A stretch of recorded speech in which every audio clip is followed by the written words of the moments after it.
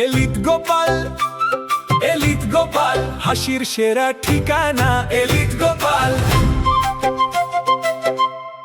পড়াশুনো করে কোথায়? বাড়ি গিয়ে কেউই বই খুলছে না। মানে বই পড়ে না? না, এই যে গুলটেকেই দেখুন, 1 থেকে 50 অবধি মুখস্থ, কিন্তু তারপর বলতে গেলেই হোঁচট খায়। আচ্ছা গুলটে, 51 থেকে বল দেখি। 51, 52, 53, 54, 55, 56, 57, 58, 59, 60, 61। 57, 59, 60, সেগুলো আবার কি? 61 আগে তো 60 হবে। 41 এর আগে যেমন 40 হয়, 31 এর আগে যেমন 30 হয়। তুই কি নতুন করে বই লিখছিস নাকি সংখ্যা আবিষ্কার করছিস? না, বই পড়তে ভালো লাগে না। পণ্ডিত, এদের মা বাবাকে ডেকে বোঝাও, শুধু ঘুরে বেড়ালে চলবে, পড়াশোনা করতে হবে তো। আচ্ছা মহারাজ, আপনি যখন এত করে বলছেন, এবার থেকে আমরা মন দিয়ে পড়াশোনা করব। হ্যাঁ, আর বলিস না, তোদের গিন্নিমা আজকে চুনো মাছের চচ্চড়িটা যা বানিয়েছিল না, আহ, পুরো মাখন। গিন্নিমাতে এতদিন জানতাম সরষের তেল দিয়ে রান্না করতো, এখন কি মাখন দিয়ে রান্না করছেন নাকি? আরে দূর, মাখন দিয়ে রান্না করবে কেন? যাই হোক, বাদ দে। উফ, বিকেল বেলা আমাদের বাড়িতে চলে আসিস, তেলে ভাজা দিয়ে মুড়ি খাবো। আর সাথে একটু পেঁয়াজ কুচি আর শসা থাকলে একেবারে জমে যাবে। এ কি মন্ত্রী, তুমি এখানে দাঁড়িয়ে দাঁড়িয়ে গল্প করছো, কোনো কাজ নেই? রাজসভা তো একটু পরে শুরু হবে, তাই একটু ফাঁকা সময়ে। বুঝেছি। বেশি বকবক না করে রাজসভা এসো, আজকে একটা গুরুত্বপূর্ণ আলোচনা আছে। ঠিক আছে, আমি আসছি। তাহলে বিকেলে চলে আসিস। হ্যাঁ হ্যাঁ মন্ত্রী মশাই, একদম চিন্তা করবেন না।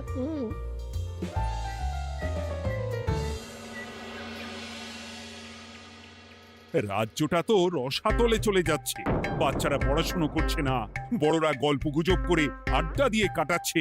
কি করা যায় কিছুই তো বোঝা যাচ্ছে না। কে গল্প গুজব করে আড্ডা দিচ্ছে মহারাজ? কে আবার? আমাদের মন্ত্রী। আমি নিজের চোখে একটু আগেই দেখলাম, বটা ঘটার সাথে সকাল সকাল গল্প জুড়েছে। তাহলে এটা বোঝা যাচ্ছে যে মন্ত্রী মশাইয়ের তেমন কাজ নেই, আর কাজ যখন নেই তখন মন্ত্রী মশাইকে রাজসভায় রাখারও দরকার নেই। হ্যাঁ মহারাজ, গোপাল এটা ঠিক কথা বলেছে। মন্ত্রী মশাই তো কাজের মধ্যে দুটো জিনিসই করেন, অকাজ আর কুকাজ। একদম বাজে কথা বলবে না। গোপালের কথা শুনে এখন আমার নিন্দা শুরু করেছো, তাই না? এই থামো থামো থামো থামো, আমাদের রাজ্যের উন্নতির জন্য একটা সমাধান করা দরকার।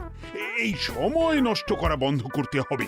তাহলে মহারাজ, সবাইকে ফাঁকা সময়ে বই পড়তে হবে, পড়াশোনার মধ্যে থাকতে হবে, কারণ জানার কোনো শেষ নেই। তাহলে কি করা যায় বলো তো গোপাল? আমাদের রাজবাড়ির যে গ্রন্থাগার আছে সেটা তো বহু বছর ধরেই বন্ধ, ওটা খোলার ব্যবস্থা করুন মহারাজ। হ্যাঁ মন্ত্রী, তুমি নিজ দায়িত্বে গ্রন্থাগার খোলার ব্যবস্থা করো। অনেক দিন ধরে ধুলো ময়লা জমে আছে, সব পরিষ্কার করবে, আর পরিষ্কার হয়ে গেলে তোমরা সবাই গ্রন্থাগার থেকে বই নিয়ে পড়বে। বেশ। মন্ত্রী মশাই ভালো ভাষার ফেঁসেছেন। হ্যাঁ, জীবনটা তো শুয়ে বসে গুলতানি দিয়ে কাটিয়ে দিচ্ছেন, না হয় একটু কাজ করবেন আর কি। আর হবে না গল্প গুজব, হবে না ঠাট্টা হাসি। গ্রন্থাগার সাফ করতে গিয়ে মন্ত্রীর হবে হাঁচি কাশি। কথাটা বেশ ভালো বলেছে বিজ্ঞানী। ওনার দুটো কাজ, অকাজ আর কুকাজ। সে তো তুমি প্রসঙ্গ আনলে তাই। বেটারা আমাকে নিয়ে রসিকতা করছে। এই গোপালের বড্ড বার বেড়েছে, এমন চাল চালবো যে কেঁদে কুল পাবে না।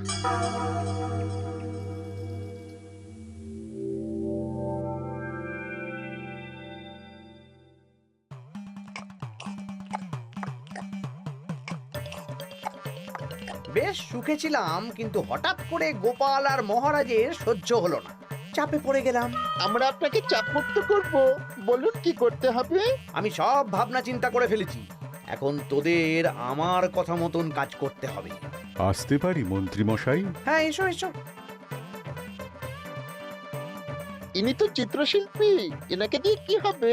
ইনিই তো আসল কাজ করবেন। শোনো, তা গোপালকে ভালো করে দেখে নিয়েছো তো? বিলক্ষণ। একটা পাতায় গোপালের ছবি আঁকতে হবে, ওপরে লেখা থাকবে কৃষ্ণনগরের ভবিষ্যৎ। কি গোপাল তো আপনার শত্রু, গোপালকে নিয়ে বই লিখছেন কেন? আমি বলছি একটা পাতায় গোপালের একটা ছবি আঁকা হবে, যেখানে গোপালকে দৈত্য হিসেবে দেখানো হবে। বড় বড় দাঁত, বড় বড় কুলোর মতো কান। শোনো, নিচে একটু ফাঁকা রাখবে, যা লেখার আমি পরে লিখে দেব। আর আপনি মহারাজকে এই পাতাটা দেবেন? হ্যাঁ, আর বলবো যে গ্রন্থাগার পরিষ্কার করতে গিয়ে এই পুরনো পাতাটা পেলাম, তবে অনেক খুঁজেও বইয়ের বাকি অংশ কিচ্ছু পেলাম না মহারাজ। মহারাজ ওখানে দৈত্য বেশি গোপালকে দেখে ভাববেন রাজ্যের বড় বিপদ আসতে পারে, আর গোপালকে কোনো কারণ ছাড়াই তাড়িয়ে দেবেন।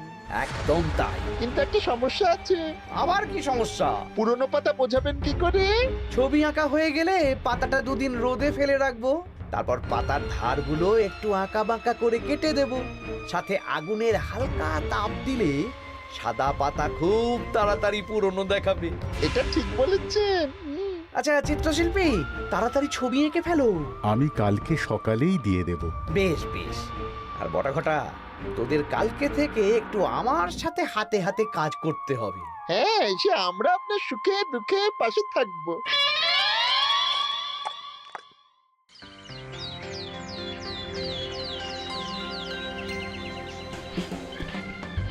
ওপরের তাকগুলো পরিষ্কার কর, ওপরের বইগুলো বড্ড ময়লা। কি মন্ত্রী, কাজ হচ্ছে? কাজ করছেন না, বরং কাজ করাচ্ছেন। কাজ হওয়া নিয়ে দরকার, সে আমি করি বা অন্য লোক, তাতে কি যায় আসে? যায় আসে মন্ত্রী মশাই। আমাদের এই গ্রন্থাগারে এত দামি দামি প্রাচীন দুষ্প্রাপ্য বই আছে, যদি কোনো বই চুরি হয়ে যায় তার দায় কে নেবে? এটা গোপাল ঠিক বলেছে।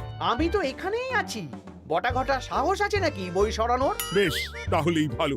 চলো গোপাল, পাঠশালায় গিয়ে দেখে আসি আজকে কেমন পড়াশুনো চলছে।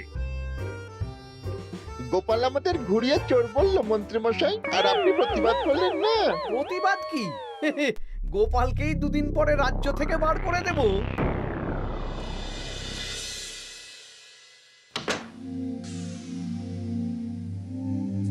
মন্ত্রীমশাই, ছবি আঁকা হয়ে গেছে। কই দেখি দেখি দেখি। সাব্বাস, এই তো চাই। এই ছবি দেখে মহারাজ চমকে যাবে। এবার পাতা পুরনো করার কাজটা করে ফেললেই কেল্লা ফতে।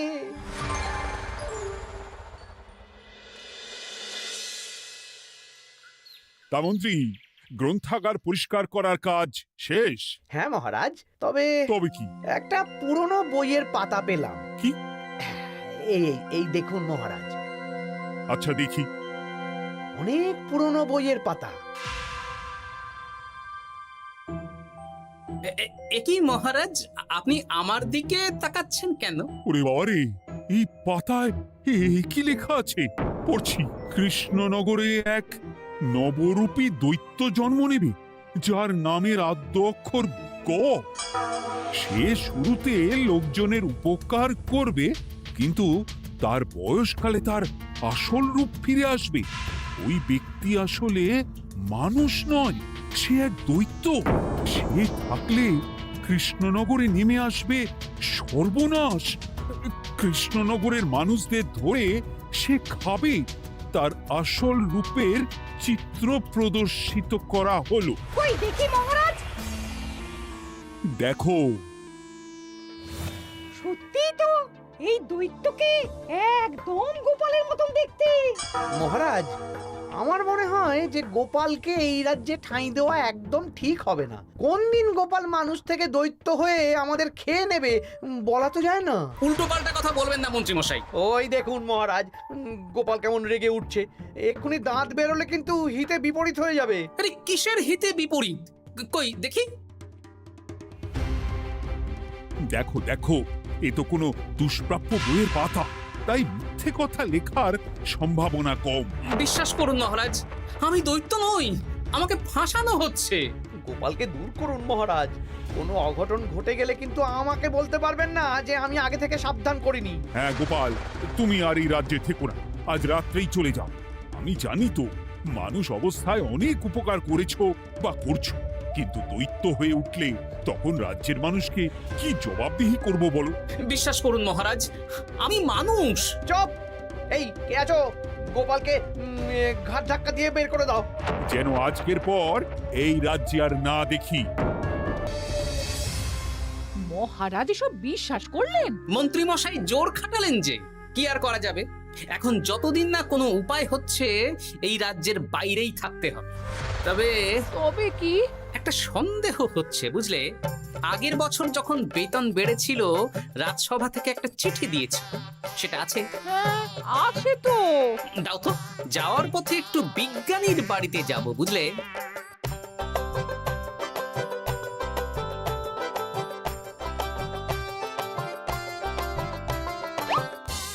এবার চলো। আমিও বুঝতে পারছি গোপাল, এটা গভীর ষড়যন্ত্র। শোনো, তুমি একটা কাজ করো। ওই পাতার লেখাটা দেখে আমার মনে হলো হাতের লেখাটা খুব চেনা চেনা। তুমি একবার এই চিঠিটার সাথে মিলিয়ে দেখো তো। মন্ত্রী মশাইয়ের হাতে লেখা চিঠি। বেশ, আমি তাহলে কায়দা করে পাতাটা নিয়ে এসে পরীক্ষা করব। তা কোথায় থাকবে এখন? কদিন ওই শ্বশুর বাড়ি, আর আমি তোমার সাথে দেখা করার জন্য রোজ রাতে আসবো। বেশ।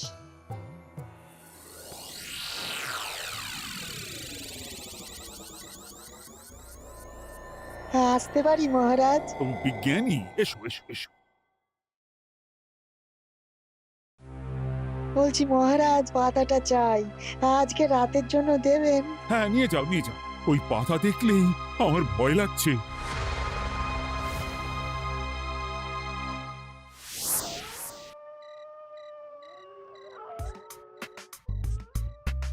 এ তো হাতের লেখা হুবহু এক। একদম মিলে যাচ্ছে। তার মানে এই হাতের লেখা মন্ত্রী মশাইয়ের, আর এই বই রোদে ফেলে রেখে হলুদ করা হয়েছে। আসতে পারি বিজ্ঞানী? এ কি, এ কে তুমি?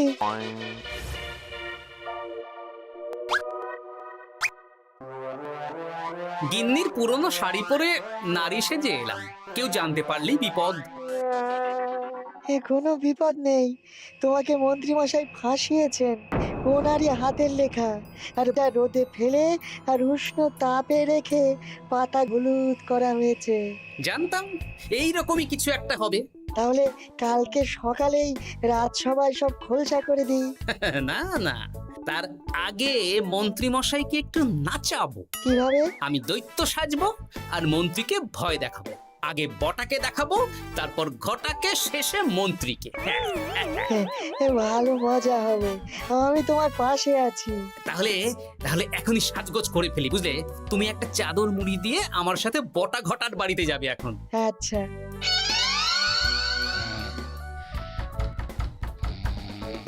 হে,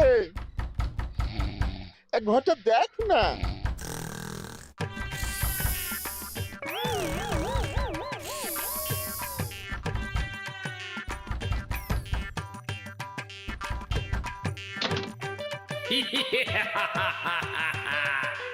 আমি তোকে খাবো, আমি দৈত্য গোপাল। বাবারে, আসল দায়িত্ব কি করে হয়ে গেলে? পালাই, এই ঘরটা ওঠ। পালিয়ে কোথাও যেতে পারবি না। আমি তোকে খাবো। বাঁচাও বাঁচাও। কি হলো? বটা কোথায়? এ বটা, বটা, এ কি হলো তোর? কোথায় গেলি? দৈত্য গোপাল আমাকে ধরে নিয়ে যাচ্ছে। মানে এটা কি? আমি গোপাল দৈত্য, আজ রাতে বটাকে গলার্ধকরণী আমার ভোজন, কাল তোর পালা। ওরে বাবা রে, কি কাণ্ড! আমাকে ছেড়ে না। চুপ, আমি মানুষ। এবার বল, আমাকে ফাঁসানো হচ্ছিল কেন? বল। আমি কিছু জানি না, সব মন্ত্রী মশাইয়ের চক্রান্ত। আমাকে ছেড়ে দাও। এখন না, পরে ছাড়বো। শোনো বিজ্ঞানী, এখন এর মুখ হাত পা ভালো করে বেঁধে ফেলো দেখি। আমি এক্ষুনি বাঁচছি। আর ভোরবেলা একটা কাজ করতে হবে, আমার কয়েকটা নাতি নাতনিকে তোমার বাড়িতে নিয়ে আসবো, আর তারপর আচ্ছা, আমি এখন চললাম, দরজাটা ভালো করে বন্ধ রেখো।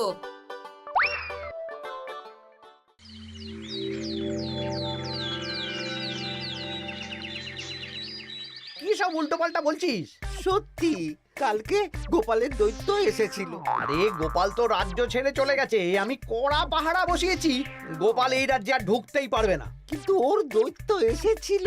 আরে দূর, তুই স্বপ্ন দেখেছিস। সকাল সকাল মাথা খারাপ করাস না ঘটা, কাজ আছে। সত্যি বলছি। চুপ!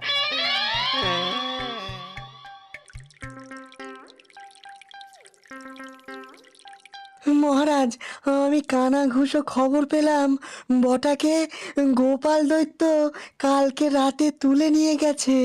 হ্যাঁ, আমিও তো তাই শুনলাম। কি সর্বনেশে দিন এলো! এতদিন তো এই বিপদ ছিল না। কালকে গোপালকে তাড়িয়ে দেওয়ার পরেই গোপাল দৈত্য হয়ে সব শুরু করলো নাকি? আরে দূর দূর, আরে গোপাল দৈত্য হবে কি করে? মানে তুমি তো ওই পাতাটা দেখিয়ে বললে। না মানে আমি বলতে চাইছি যে মহারাজ, গোপাল দৈত্য হয়ে এই রাজ্যে বিপদ আনতে পারে, কিন্তু সেটা তো এই রাজ্যে থাকাকালীন। এখন তো রাজ্যেই নেই, তাহলে আমি তো এর মাথা মুন্ডু কিছুই বুঝতে পারছি না। সর্বনাশ হয়ে গেছে মহারাজ। কি হলো পুঁটির বাবা? আজ সকালে গোপাল দাদার মতন দেখতে একটা দৈত্য এসেছিল আমাদের বাড়িতে, আর পুটি ট্যাপা পুচকে তুলে নিয়ে গেছে। এবার আমাদের কি হবে মহারাজ? এ কি সর্বনেশে কাণ্ড রে বাবা! দূর, কি সব বলছো? সত্যি, পুটির মা সকাল থেকে কাঁদছে, সকাল থেকে হ্যাঁ, আজকে ওরা তিনজন পাঠশালাতেও আসেনি। এই সেরেছে। মহারাজ, গোপালকে তাড়ানোর পর থেকে তো দেখছি বিপদ শুরু হলো। এতদিন তো কোনো বিপদ ছিল না। সেনাপতি, তুমি তোমার প্রহরীদের নিয়ে গোপাল দৈত্যকে খুঁজে বের করার চেষ্টা করো। আচ্ছা মহারাজ। আর এই যে মন্ত্রী, বলুন মহারাজ। আজ থেকে রাজ্যের সব দোকান, বাজার, হাট অনির্দিষ্ট কালের জন্য বন্ধ থাকবে। সবাই বাড়িতে থাকো, ঢেঁড়া পিটিয়ে দাও।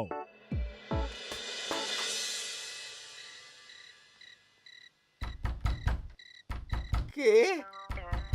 আমি দরজা খুলবো না। এই দরজা খোলো, আমি আমি বিজ্ঞানী।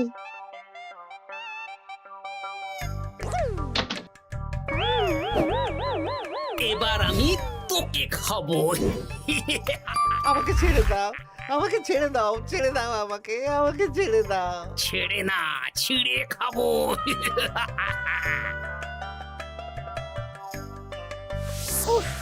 এই তো দাদু চলে এসেছো। এরকম শুয়ে বসে থাকতে ভারী মজা। এ কি বটা, তোর কিছু হয়নি? না না, কাল একটু ভয় পেয়েছিলাম। না, কিছু হবেও না। এই মন্ত্রীর সব চক্রান্ত ধরা পড়ে গেছে। আমি চাইলেই মহারাজের কাছে মন্ত্রীর নিজের হাতের লেখা বইয়ের ব্যাপারে বলতে পারতাম, কিন্তু কিন্তু আমি চাই মন্ত্রী মশাই নিজের মুখে নিজের দোষ স্বীকার করুক। আর সেটা করানোর দায়িত্ব তোর হাতে। আমি কি করব? কাল সকালে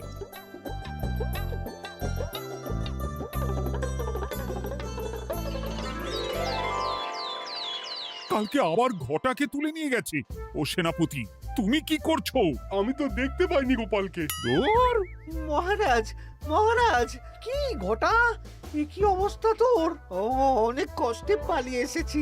গোপাল খেতে গিয়েও খায়নি আমাকে। মানে মানে ও বলছে আপনাকে খেতে চায়। গোপাল কি দৈত্য নাকি যে আমাকে খাবে? হ্যাঁ, ভয়ানক দৈত্য। এই তো আমি পাতাটা এনেছি, দেখো তো একবার। হ্যাঁ হ্যাঁ হ্যাঁ, এইরকম। ওরে বাবা, কি ভয়ানক! এই গোপালটা কি শুরু করেছে বলতো? গোপাল দৈত্য হবে কি করে? এই ছবির নিচের লেখাটা তো আমার, তুই জানিস না নাকি? ইয়ে না মানে কিছু না কিছু না। তোমার লেখা মানে? না না, আমার লেখা না, মানে আমি খুঁজে পেয়েছি আর কি।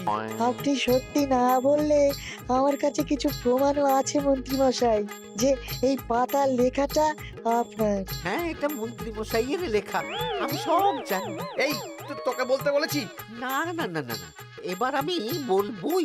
আগে আমার প্রাণ, তারপর আপনার মান। মন্ত্রী মশাই এই পাতাটা নিজে লিখেছেন, আর গোপালের ওই ভয়ানক ছবি একজনকে দিয়ে আঁকিয়েছেন। রোদে রেখে ও আগুনে উষ্ণ তাপে পাতাটা হলুদ করেছেন, আর ধারগুলো আঁকা বাঁকা করে কেটেছেন যাতে দেখে পুরনো মনে হয়। সব বাজে কথা। কোনো বাজে কথা না। এই দেখুন মহারাজ, মন্ত্রীর হাতের লেখা একটা চিঠি আর বইয়ের লেখা একদম এক।